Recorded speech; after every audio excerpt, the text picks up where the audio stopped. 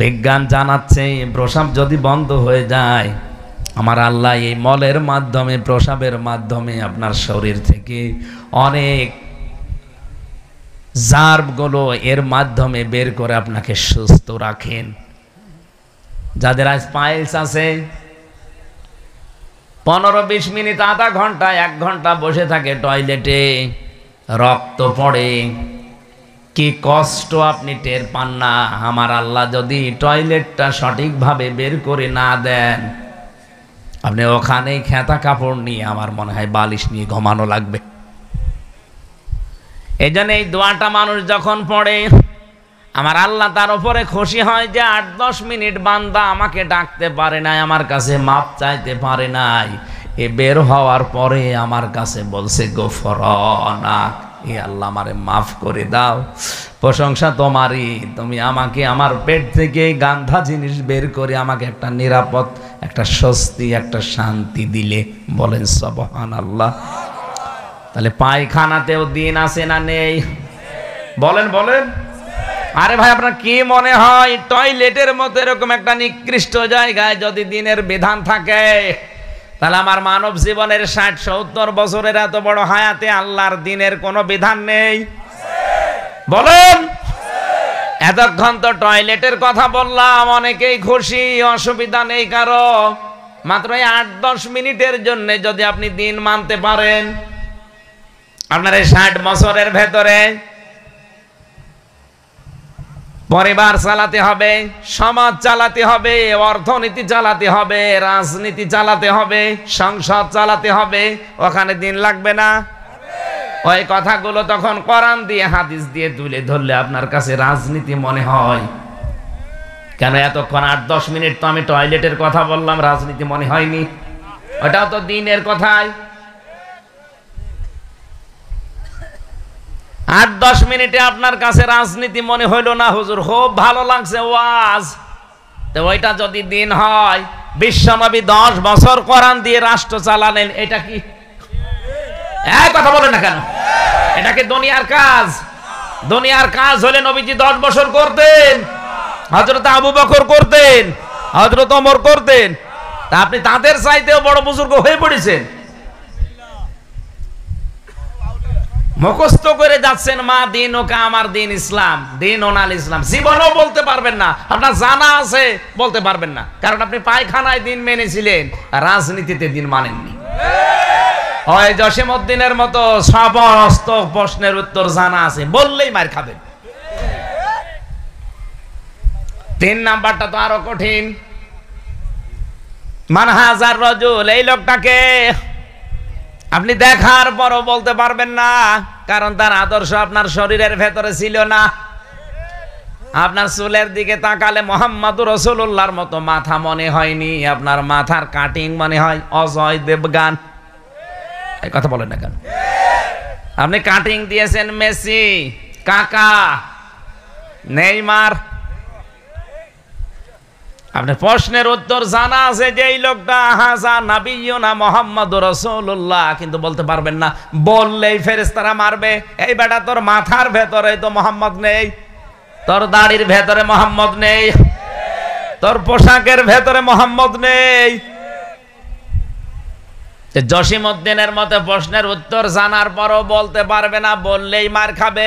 তারপরও জসিম মনে করবে মা মারছে, মারুক, অন্তত মায়ের উপর দিয়ে চলে যাক। আর যদি সত্য কথা বলে যে মার্বেল খেলে 40 টাকা হেরে ফেলেছি, মা আরো পিটাবে। এই জন্য কবরে যাবার পরে প্রশ্নের উত্তর জানার পরে অধিকাংশ মানুষ বলতে পারবে না, বলতে চাইবে না, ও বলবে মায়ের উপর দিয়ে যাক। ও কুমিল্লাবাসী, আমি জানি আমি কি বোঝাতে চাচ্ছি, আপনি বুঝে ফেলেছেন। শুধু না বোঝার ভান করে যদি এখান থেকে চলে যান, আপনার কপালে আগুন লাগবে। বোঝার পরে সিদ্ধান্ত নিয়ে যাবেন। আজকে আপনি কোন দরজায় দাঁড়িয়ে আছেন, আপনি মিলান। সবচাইতে বড় ভয়ঙ্কর দরজার নাম হচ্ছে হোতামা। কি? আরো জোরে। এ দরজা দিয়ে কারা প্রবেশ করবে?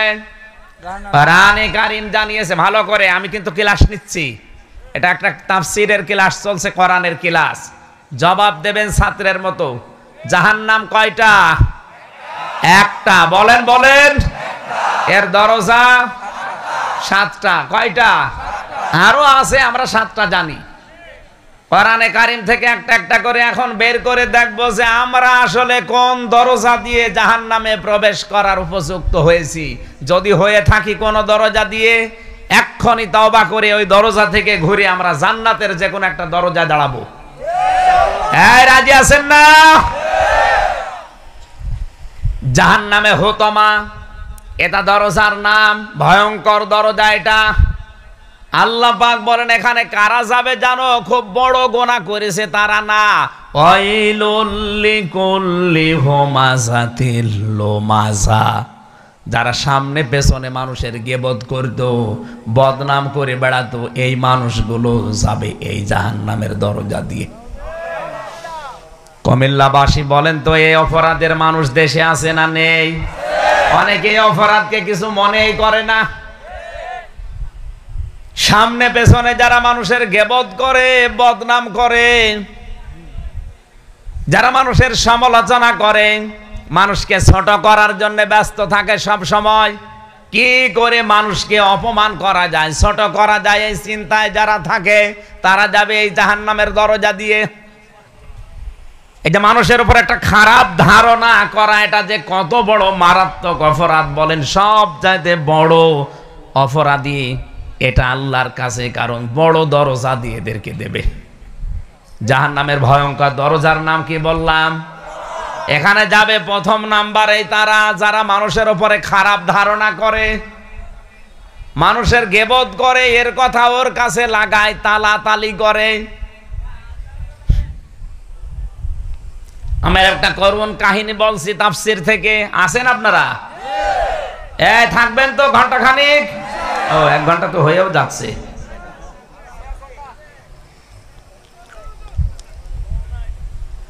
ইমাম মালিক রহমতুল্লাহ আলাইহির জামানায় এটা তাফসীরে হাক্কানিতে পাবেন।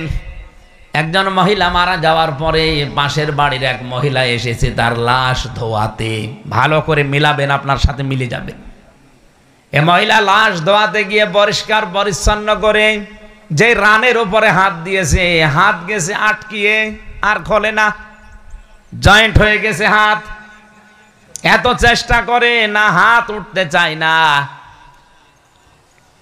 ওই গ্রামে যিনি ইমাম সাহেব আছে তাকে জিজ্ঞাসা করছে কি করা যায়। তিনি মাসলা দিলেন, এক কাজ করেন, এই যে মহিলা মারা গেছে ওই মহিলার চামড়া ওই জায়গা থেকে কেটে বাদ দিয়ে দেন। রান মানে যে জায়গায় লেগে গেছে।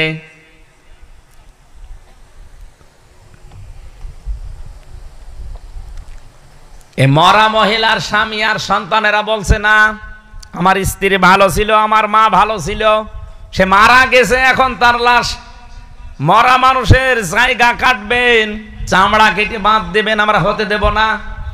দরকার হয় ওই জীবিত মানুষের হাত কেটে বাদ দিয়ে দেন। জীবিত মহিলার যে স্বামী, সে বলছে না আমার স্ত্রী ভালো, তার সন্তানও বলছে আমার মা ভালো, আমরা এই কাজ করব না, আমরা এসেছি উপকার করার জন্য, আর এখন আমাদেরকে আপনি বিপদে ফেলবেন। এখান থেকে একটা মাসলা বের হয়। এই শুনতেছে? এই যে 2 জন মহিলার স্বামী এবং সন্তান, 2 জনই বলছে আমার স্ত্রী, আমার মা ভালো আমার কাছে। নবীজি জানিয়েছেন কোন স্ত্রী লোক যদি মারা যায় আর তার স্বামী যদি স্বতঃস্ফূর্ত ভাবেই বলতে পারে যে হ্যাঁ আমার স্ত্রী কিন্তু আমার কাছে আসলেই ভালো ছিল, আমি মন থেকে বলছি আমার স্ত্রী আমার মন মতো ছিল, নবীজি বলেন ওই স্ত্রীকে আল্লাহ জান্নাত দিয়ে দেবেন। আমি সহ এখানে যারা আছে, এটা রেকর্ড হচ্ছে, কালকে সারা দেশে ছড়াবে, এটা লাইভ চলছে এখন, সারা পৃথিবীর বাংলা ভাষাভাষী মানুষ এটা দেখছে। আমি সহ যত স্বামী এখানে বসে আছেন, কারো দিকে তাকাবেন না, আল্লাহর দিকে তাকিয়ে মন থেকে বলেন তো আপনার স্ত্রীকে আপনার কাছে আসলে 100 ভাগ ভালো, আপনার 100 ভাগ মন মতো আপনার স্ত্রী। এরকম 100 ভাগ আপনার মন মতো এরকম একজন স্বামী হাত তোলেন তো। তারপরও 2-3 জন আছে আলহামদুলিল্লাহ। সত্য কথা বলবেন, মিথ্যা কথা আবার বলেন না। তারপরও এটা একটা দুঃখের সংবাদ, এখানে কত মানুষ আমরা বসে আছি, আমরা অধিকাংশ মানুষই হাত তুলতে পারলাম না যে আল্লাহ আমার বউ আমার কাছে আসলে 100 ভাগ মন মতো, বলতে পারলাম না। কারণ 3-4 জন বলিস, তার ওই 3-4 জন মহিলা জান্নাতে যাবে, আর বাকি সবগুলোর হিসাব কঠিন হবে।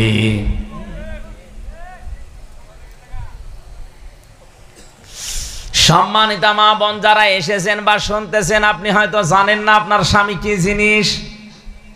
আল্লাহর পরে বিশ্ব নবী জানিয়েছেন, সেজদা যদি জায়েজ থাকতো আল্লাহ বাদে কারো, প্রতিটি মহিলার কানের কাছে মুখ নিয়ে বলতাম যে তোমার স্বামীর পায়ে সেজদা করো, এত দাম তার। অথচ আজ কোথায় পৌঁছিয়েছে। জেলা শহরের ইমাম যখন টার্গেট দিয়া আদেশ দিয়েছে, এক কাজ করেন, জীবিত মহিলার হাত কেটে বাদ দিয়ে দেন, তার স্বামী যখন রাজি না, কয়েক ঘন্টা পর্যন্ত এভাবে আছে। এখন এদিকে এই মহিলার প্রসাব পায়খানার প্রয়োজন দেখা দিয়েছে, হাত নাড়াতেও পারে না, মহা মুসিবতে আছে। কি করি এখন? ওই জামানার প্রধান ইমাম ছিল, বিচারপতি ছিল ইমাম মালিক, মদিনায় চলে গেলেন লোকজন, সেখানে ঘোড়ায় চড়ে তাকে নিয়ে আসলেন, যে বিপদে পড়েছে আপনি সমাধান দেন। ইমাম মালিক আসলেন ঘোড়ায় চড়ে, ওই মহিলাকে পর্দার ভেতরে দিয়ে প্রশ্ন করলেন, কোন কারণে তোমার হাত আটকিয়েছে বলো। মেয়েটা বলছে আমি জানি না, আমার কোনো দোষ নেই। ইমাম মালিক বললেন, না, আমার কাছে কোরআন আর হাদিসের রাডার আছে, আমি কিন্তু ধরতে পারবো, সত্য কথা বললে আমার অত দূর নামা লাগবে না। মেয়েটা বলছে, না, আমি কিচ্ছু জানি না, আমি তো ভালো মনে তার লাশ ধোয়াচ্ছিলাম, তাকে ময়লা পরিষ্কার করে যখন রানের উপরে হাত দিয়েছি অটোমেটিক আমার হাত আটকিয়ে গেছে। ইমাম মালিক বলেন, না, অবশ্যই এর ভেতরে কোনো গোপন কিছু আছে, তুমি গোপন করছো, তাড়াতাড়ি বলো।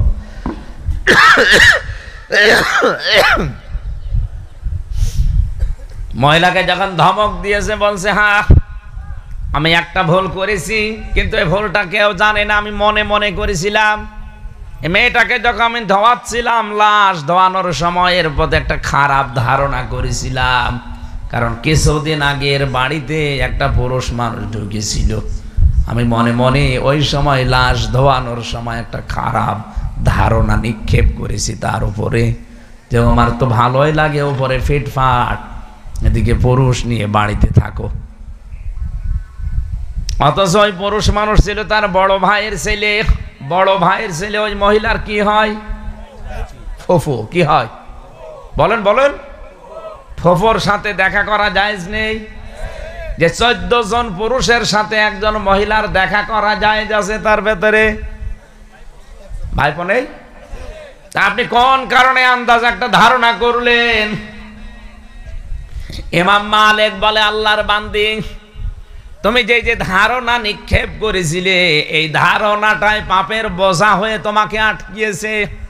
কোরআনে কারিমের আয়াত আমার জানা আছে, অমাইয়াকসিব খাতিয়াতান আও ইসমান সুম্মা ইয়ারমি বিহি বারিয়ান ফাকাদ ইহতামালা বুহতানা ওয়া ইসমান মুবিনা। সূরা নিসার 112 নম্বর আয়াত। দুনিয়াতে অনেক মানুষ এমন আছে, নিজে অন্যায় কাজগুলো করে, নিজে অবৈধ কাজে আঞ্জাম দেয়, আর কাজটা যখন হয়ে যায় একটা নিরপরাধ মানুষের উপরে দোষটা চাপিয়ে দিয়ে নিজে ভালো সাজে। বাংলাদেশ এ ধরনের অপরাধী নেই। নিজে অন্যায় কাজগুলো করে, নিজে ঘুষ খায়, আর ঘুষের মামলা আর একজনকে দেয়।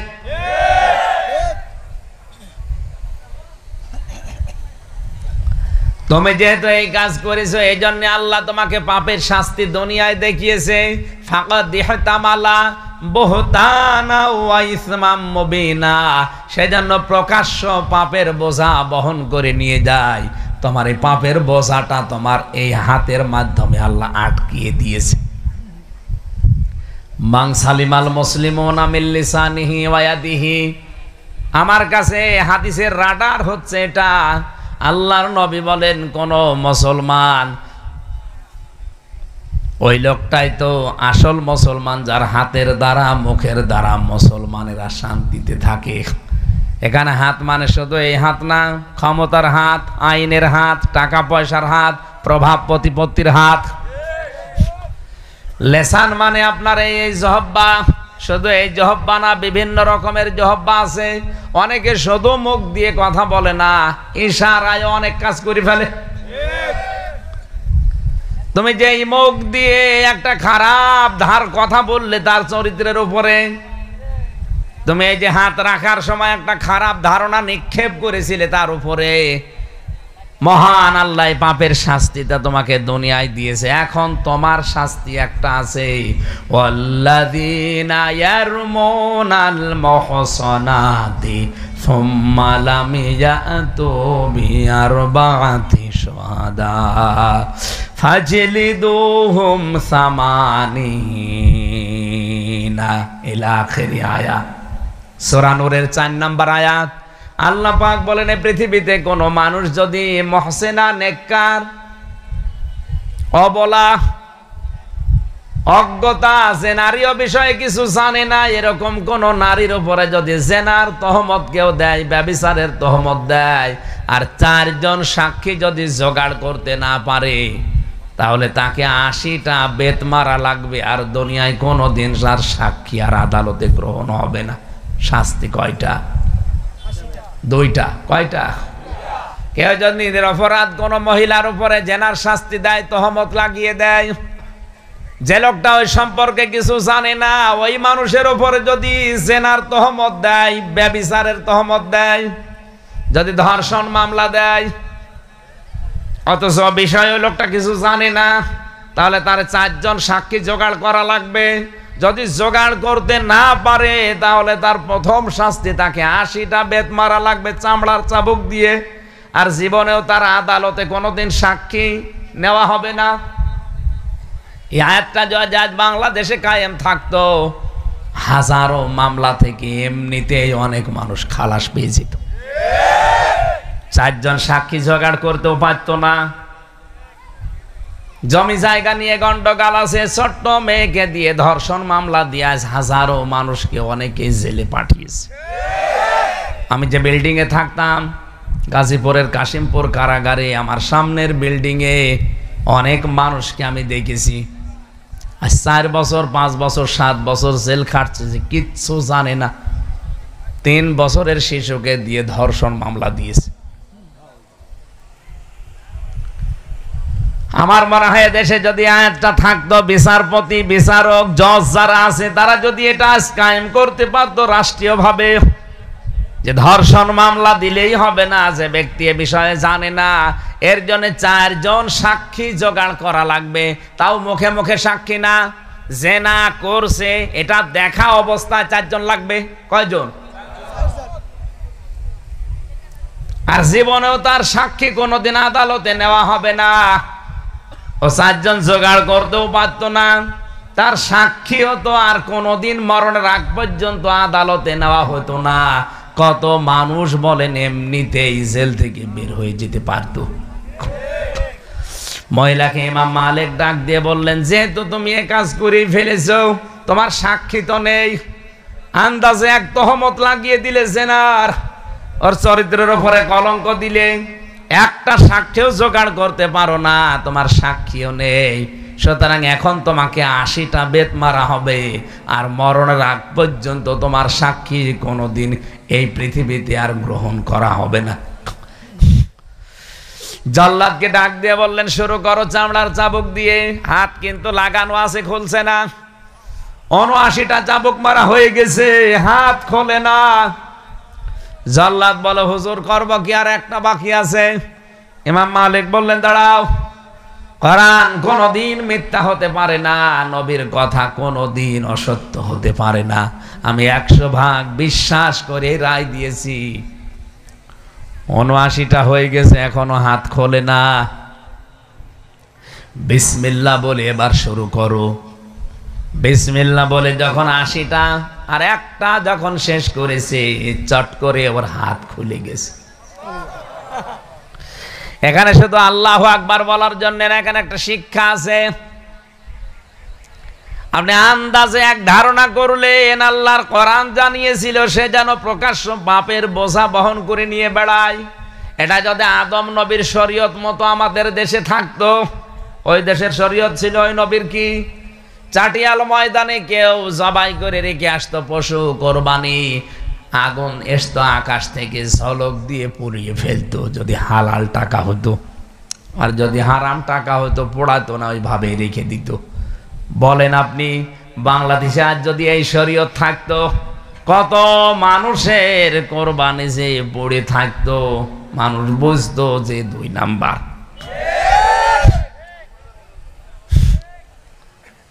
পাপের বোঝা প্রকাশ্য বহন করে নিয়ে বেড়াচ্ছেন আপনি, হয়তো এখন দেখতে পাচ্ছেন না। তাই জাহান্নামে হতমার এই দরজা দিয়ে প্রবেশ করবে তারা যারা মানুষের উপরে আন্দাজে ধারণা করে। আর এই পাপটা বন্ধ হয়ে গেলে বাংলাদেশে অনেক জুলুম এমনি বন্ধ হয়ে যাবে। আজ 100 জনের 80 জন মানুষ এই জুলুমের শিকার, আন্দাজে ধারণা করে মামলা দেয়, কিচ্ছু জানে না। ঘরে শুয়ে আছে চোখ বন্ধ করে, চোখ খুলে দেখছে জেলখানায় অথবা থানাতে। কি গো, তুই গাছ কেটেছিস, তুই গাড়িতে আগুন লাগিয়েছিস। ও যদি বলে কখন লাগালাম, বলে স্বপ্নে। আবার মনের দুঃখ নিয়ে শুয়ে আছে জেলখানায়, চোখ খুলে দেখছে নিজের বাড়িতে। কি গো, কে ছাড়ালো আমারে? বলে মাঝখান থেকে 2 লাখ 2.5 লাখ টাকা পরিবার থেকে আল্লাহর ওলিরা নিয়ে গেছে। এটা আমি একটু বেশি বলে ফেললাম। এ জেলায় হয়তো এখনো শুরু হয়নি, অনেক জায়গায় এটা চলছে। এই অপরাধে যারা আজ অপরাধী, আল্লাহর কসম আপনি জাহান্নামে হতমার দরজা দিয়ে প্রবেশ করবেন। আর আমার মনে হয় বাংলাদেশের এখন 100 জনের 80 জন এই অপরাধী। এখানে যদি এরকম কেউ থেকে থাকেন, আপনি এখনই থামেন, নাই তো আপনার জন্য দরজা ওপেন, জাহান্নামে হতমার দরজা। সুযোগ পেলে শুধু বদনাম করেন, এর কথা ওর কাছে লাগান, তালাতালি করেন। আপনার হয়তো মনে হচ্ছে এ আর কি, এতটুকু মানে আপনি জানেন এর দ্বারা সমাজের কি অবক্ষয় হয়। একটা সমাজ ধ্বংস করার জন্য তালাতালি করা যথেষ্ট।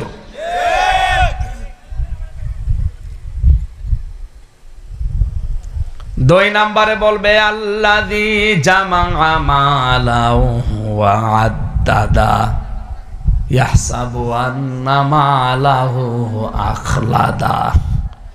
যারা মাল জমা করে আর গণনা করে, ধারণা করে এটা আমার কাছে স্থায়ীভাবে থাকবে, কোনোদিন আমার হাত ছাড়া হবে না। কি জমা করে? মাল। বলেন মাল মানে, অনেকে মনে করছে মাল মানে আমাদের অর্থমন্ত্রী সাবেক কামাল।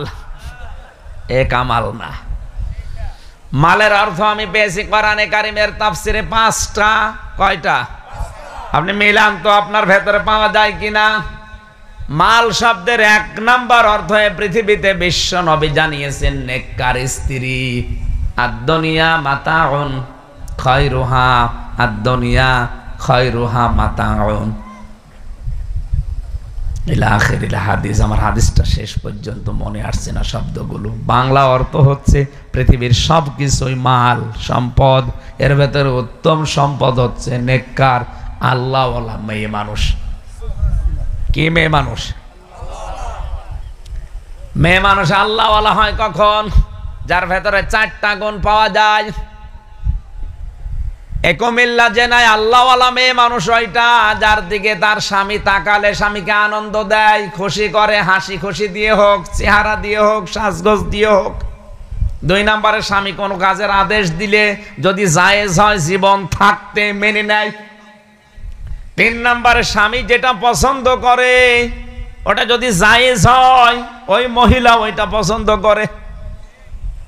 আমি নিজে স্বামী, যত স্বামী এখানে বসে আছে আল্লাহর কসম প্রতিটি স্বামী আমরা পছন্দ করি বিয়ের পরে আমাদের মা বাবা যেন আমাদের সাথে থাকে। কথা বলেন না কেন? কিন্তু 100 জনের 98টা মহিলা এটা চায় না। তাহলে আপনি নেককার হলেন কি করে? আপনি মনে করছেন আমি নামাজ পড়ি, রোজা রাখি, কালো বোরকা পরি, কে বলেছে আপনি নেককার?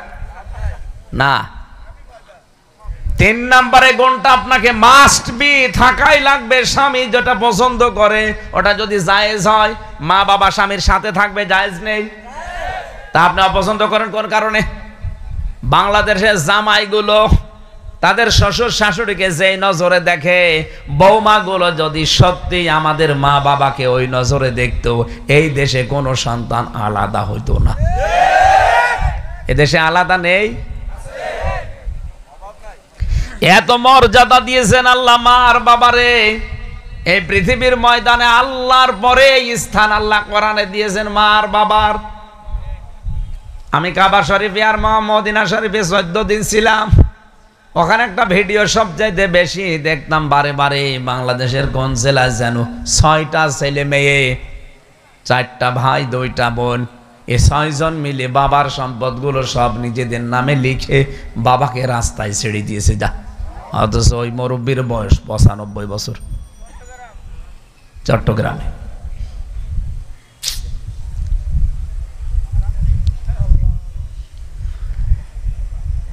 এটা শুধুমাত্র এই 6 ভাই বোনের দোষ না, এর পেছনে আপনি খোঁজ নিয়ে দেখবেন এই 4 ভাই যে যারা, এই 4 ভাইয়ের অবশ্যই ওর পেছনে ওর বউরা দায়ী। বলে মুরব্বিরে আমার বাড়িতে রেখে লাভ কি, ও বলে আমার বাড়িতে রেখে লাভ কি, ও বলে আমার বাড়িতে রেখে লাভ কি, কাজ কর, ওর জমি জায়গা যা আছে সব মিলে সই করে ওরে তাড়িয়ে দাও, ও ছাতায় এমনি মরে যাবে। না, এ দোষ শুধুমাত্র আমি এই 6 ছেলে মেয়ের দেই না, এ দোষ ওই মুরব্বিরও আছে। কারণ ছেলে মেয়েকে কোনোদিনই শেখায়নি যে আমরা মার বাবা। ছেলে মেয়ের কাছে আসলে কি জিনিস, আল্লাহর পরে যে আমাদের স্থান, এটা তো ছেলে মেয়েগুলো জানেই না। এরকম ছেলে মেয়ে নেই দেশে। এই কারণেই তো আপনার সাথে আচরণ করে। আপনার স্ত্রী যত কঠিন হোক, ভয়ঙ্কর হোক, কোন সন্তানকে যদি এই শিক্ষা তার মা বাবা দিত যে আল্লাহর পরে মা আর বাবার স্থান সন্তানের কাছে, আমার মনে হয় 14টা বউ বাদ দিত, তাও মা বাবাকে আলাদা করে বৃদ্ধাশ্রমে রেখে আসতো না। বাংলাদেশের বিভিন্ন জেলাতে এখন বৃদ্ধাশ্রম তৈরি হচ্ছে, অথচ বৃদ্ধাশ্রম বানানো হারাম, এটা জায়েজ নেই। সম্মানিত ভাইরা, সন্তান যাদের হচ্ছে 4টা দায়িত্ব পালন করেন, নাই তো ওই লোকটার মতো আপনারও হতে পারে শেষ বয়সে। শেষ বয়সে আপনার সম্পর্কে আপনার ছেলে মেয়ে জানবে না যে আপনি কি জিনিস। শেষের জমি জায়গাগুলো নিজের নামে লিখে নিয়ে আপনাকে আবার বৃদ্ধাশ্রমে অথবা রাস্তায় ফেলে দিতে পারে। শেষে ডেনে পড়ে মরে কুকুরের খাবার হবে।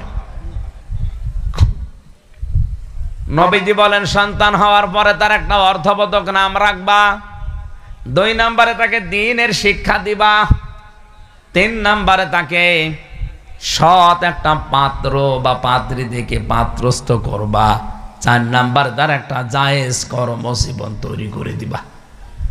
আমি রিমান্ডে থাকাকালীন একজন পুলিশ অফিসার হিন্দু, আমি 10 দিন ছিলাম, যে 10 দিনই উনি আমাকে মাঝে মাঝে এসে জিজ্ঞাসা করতেন, হুজুর আমি জাতিতে হিন্দু মানুষ, কিন্তু এই দেশের মানুষ, বিশেষ করে বাংলাদেশ, ভারত, পাকিস্তান, এই সমস্ত দেশের মানুষ কোরআনে কারিম যেভাবে যে ধাসে বোঝে, ওমানে, কাতারে, সৌদি আরবের মানুষেরা কিন্তু কোরআনে কারিম কি ওইভাবে বোঝে না। কিভাবে বোঝে বলেন তো?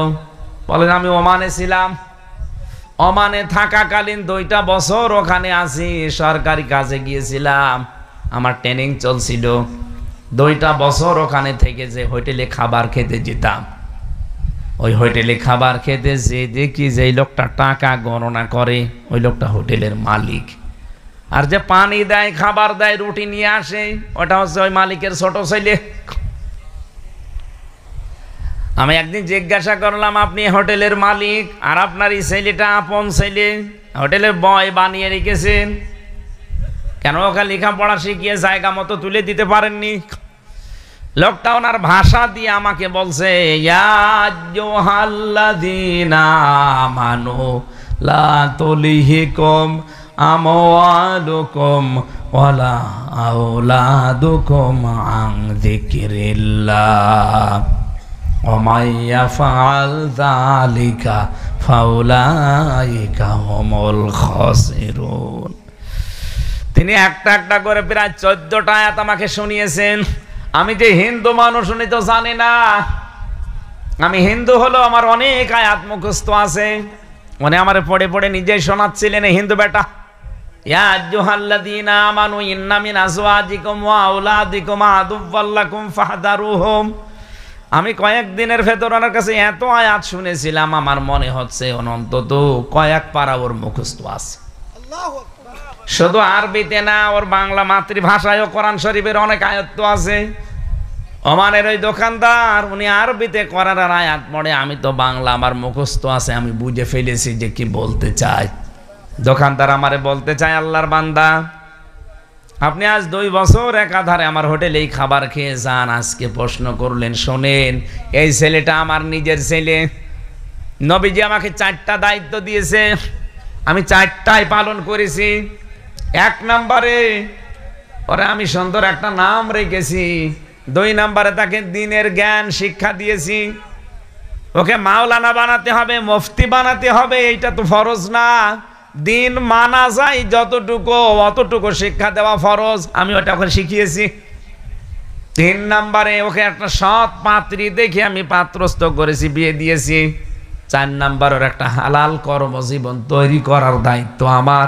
আমার সমর্থের ভেতরে আমি যা পেয়েছি ওরে ধরিয়ে দিয়েছি। ওরে তো আমি ঘুষ দিয়ে এমন কোন জায়গায় তুলে দিতে পারি না, এমন কোন চেয়ারে বসাতে পারি না যে চেয়ারে বসলে ও চেয়ার আরো নষ্ট করবে। কারণ কোরআন আমাকে ডাক দিয়ে জানিয়েছে, ইমানদারেরা তোমার সন্তান, তোমার স্ত্রী, তোমার ওগুলো কিন্তু মাঝে মাঝে শত্রু হয়ে দাঁড়াবে। শত্রু হয়ে দাঁড়াবে মানে আল্লাহর বিধানের বাইরে যদি সন্তান আর স্ত্রীর খোঁজ খবর নিতে গিয়ে আল্লাহর বিধানের বাইরে চলে যান, তাহলে আপনি ক্ষতিগ্রস্ত হবেন। আমি তো ওর জন্য আমার আখিরাত ধ্বংস করতে পারি না, এই জন্যে ওর যতটুকু সমর্থ আমার আয়ত্তে ছিল আমি করে দিয়েছি। এখন বাকিটা ওর যা ভালো লাগে ও করবে। ওর এখন দায়িত্ব আমার আর ওর নেই। ওর কর্মজীবন আমার তো সাধ্য মতো দিয়েছি। আমি দোকানের মালিক, ওরে আমি কর্মচারী বানিয়েছি। ওর মাসিক বেতন আছে, মনে করেন 20,000 টাকা, ওইটা দিয়ে ওর সংসার চলে। ওরে যদি আমি 5 লাখ টাকা ঘুষ দিয়ে একটা চেয়ারে বসিয়ে দেই, এমন একটা চেয়ারের জায়গা দিলাম যে চেয়ারে বসে আরো চেয়ার নষ্ট করবে। এই কথা বুঝতেছেন? এই জন্য মা বাবা যে কি জিনিস এটা আপনাকে আগে জানা লাগবে। আপনি যদি না জানান সন্তানকে, ওই সন্তান বড় হয়ে বড় কথা মতো আপনাকে শুধু আলাদা করে না, শেষ পর্যন্ত ওই মুরব্বির মতো রাস্তায়ও ছেড়ে দিতে পারে।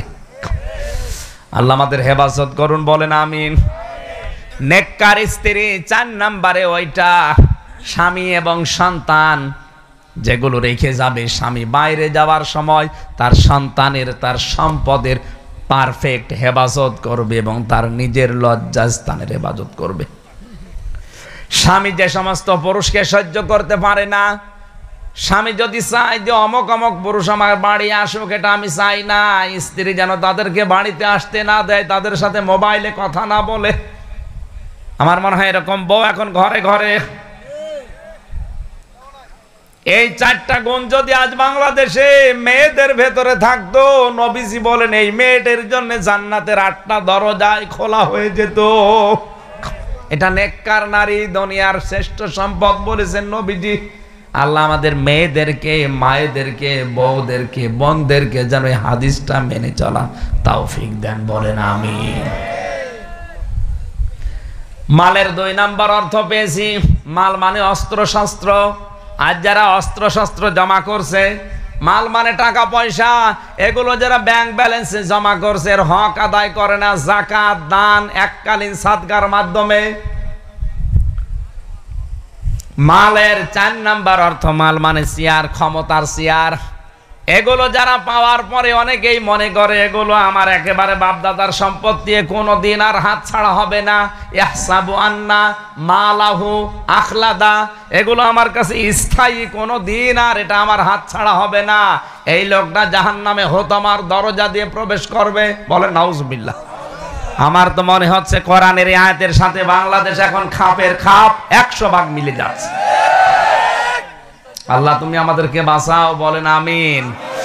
কাল্লা লা ইউমবাযান্না ফিল হুতামা, কখনো না, এই গুণগুলো যাদের আছে তাদের হুতামায় যাওয়া লাগবে।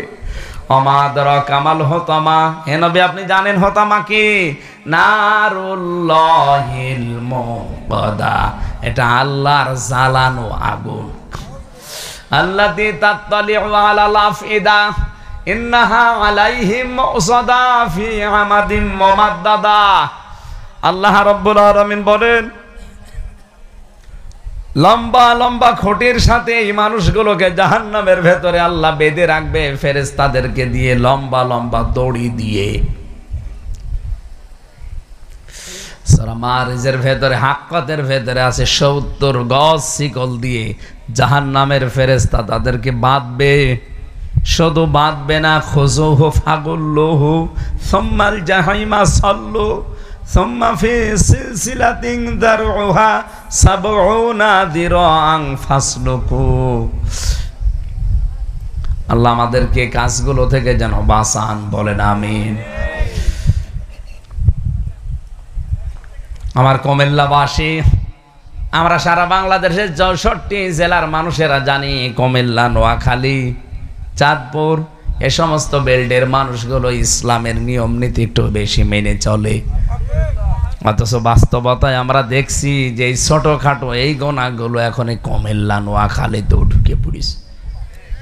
তার মানে জাহান্নামে হোতামা এটা ভয়ঙ্কর দরজা। এ দরজায় যাওয়ার জন্য খুব বড় গোনার কথা আমরা পেলাম না, যে মানুষ হত্যা করা, জেনা করা। কি পেয়েছি? কি পেলাম?